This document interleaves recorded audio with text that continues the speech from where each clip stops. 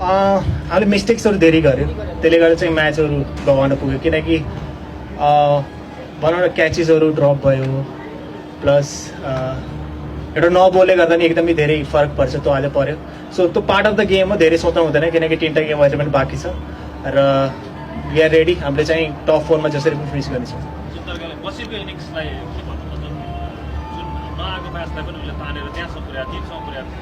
बसिर एकदमै राम्रो खेल्यो र हाम्रो थाहा छ कसरी खेल्छ त्यो पनि होइन, र उसको राम्रो इनिङमा हामीले पनि हल्का हेल्प गऱ्यौँ र नोवरी एकदमै राम्रो ब्याटिङ गर्यो उसले र यस्तो म्याचहरू जिताउनु पनि पर्छ। त्यसले गर्दा पोजिटिभ हाम्रो साइडमा के छ भने एकदमै राम्रो ब्याटिङ गर्यो, टफ विकेट थियो फेरि पनि हामीले राम्रो गर्यो र हामीले फिनिस राम्रो गर्न सकेन, त्यति मात्रै हो। र मलाई लाग्छ अपकमिङ गेममा चाहिँ राम्रो फिनिस गर्ने राम्रो टिम देखाएको चान्स आज थियो अर्को जित गर्न जाने हैन, के भन्नु छ अलिकति कति डिसअपोइन्टेड हुन पर्दैन किनकि डिसअपोइन्ट भएपछि चाहिँ आफूलाई जो नेगेटिभ त्यो एनर्जी किन दिने, किनकि 3टा गेम बाँकी छ र हामीले 3टा गेममा चाहिँ फोकस गर्नेछौँ। आज 5 सालको ब्याटबाट रन बन्यो होइन, सो कति इम्पोर्टेन्ट छ उनको ब्याटबाट रन फर्स्ट हाफ त रन 90 बनेको थियो, फेरि आज बन्यो गोल्सनको पनि फर्म आएको छ। एकदमै पोजिटिभ छ किनकि जस्तो पन्चालले आएर ब्याटिङ गर्यो त्यसको रोल पनि त्यस्तै थियो, लास्ट 2 गेममा सकेको थिएन तर आज एकदमै राम्रो ब्याटिङ गर्यो र अभियसली गुलसन कहीँ न कहीँ उसले विनिङमा चाहिँ एकदमै हेल्प गर्छ। आज उसले पनि एकदमै राम्रो इनिङ खेल्यो र बोलिङमा पनि एकदमै राम्रो गर्यो र आई होप अपकमिङ गेममा पनि यस्तै गर्नेछ।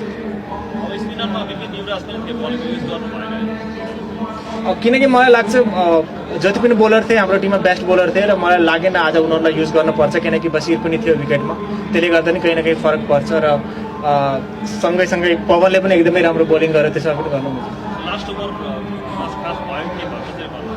लास्ट बलमा छक्का लाग्यो अनि जित्यो।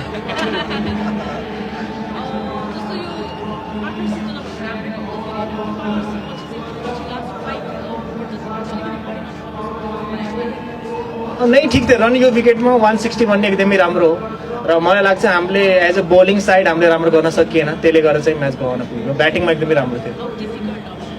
डिफिकल्ट इजी त केही पनि छैन हाम्रो लाइफमा, त्यसले गर्दा चाहिँ 3टा अझै अपर्च्युनिटिजहरू छ, त्यसमा हामीले बेस्ट गरेर चाहिँ जसरी पनि हुन्छ टप 4 मा पुग्नु पऱ्यो।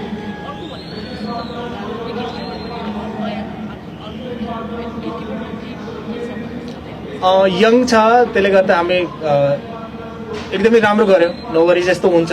जस्तै हामीले स्टार्ट गर्छौँ एज अ प्लेयर मिस्टेकहरू धेरै हुन्छ तर जतिसम्म मिस्टेक गर्दैन त्यसलाई सुधार्ने मौका पनि पाउँदैन र सो त्यसले गर्दा चाहिँ मिस्टेक्सहरू जरुरी छ, तर आज हल्का कुशल टाइममा भयो त्यो नराम्रो भयो, तर मलाई लाग्छ इन फ्युचर चाहिँ यो मिस्टेकबाट चाहिँ उसले सिक्नेछ। अभियसली गरिन्छ, किन नगर्ने, एकदमै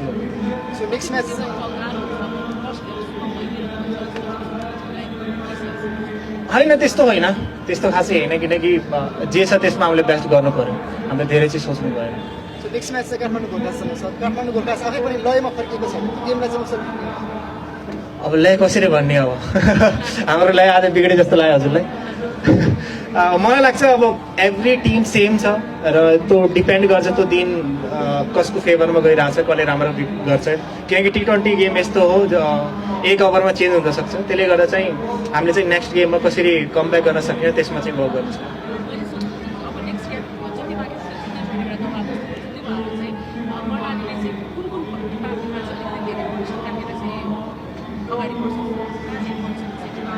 मलाई लाग्छ हामीले मिस्टेक्सहरू कम गर्नु पर्यो, हामीले मिस्टेक्सहरू धेरै गरेर आएको छौँ, त्यसले गर्दा चाहिँ म्याच गवाउन पुगेको। अरू त सबै एकदमै राम्रो छ र अभियसली प्रेसर हुन्छ किनकि 3टा गेम बाँकी छ, तर त्यो प्रेसर एकदमै जरुरी पनि छ। रिस्पोन्सिबिलिटी त हाम्रो कि हाम्रो टप 3 यो टप टिमलाई जितेर कसरी टप 4 मा जाने त्यसमा चाहिँ काम गर्नु छ।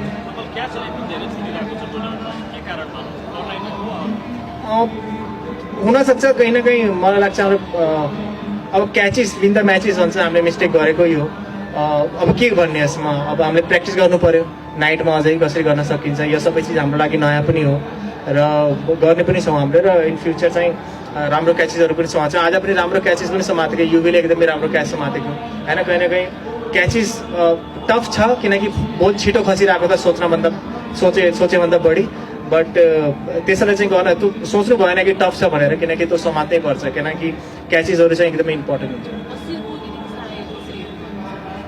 एकदमै राम्रो इनिङ खेल्यो उसले, जस्तो 1 साइडेड स्टार्टिङदेखि लास्टसम्म जस्तो आफ्नो इनिङलाई बिल्ड गर्यो, त्यो एकदमै राम्रो इनिङ थियो र त्यसलाई चाहिँ कङ्ग्रेचुलेसन।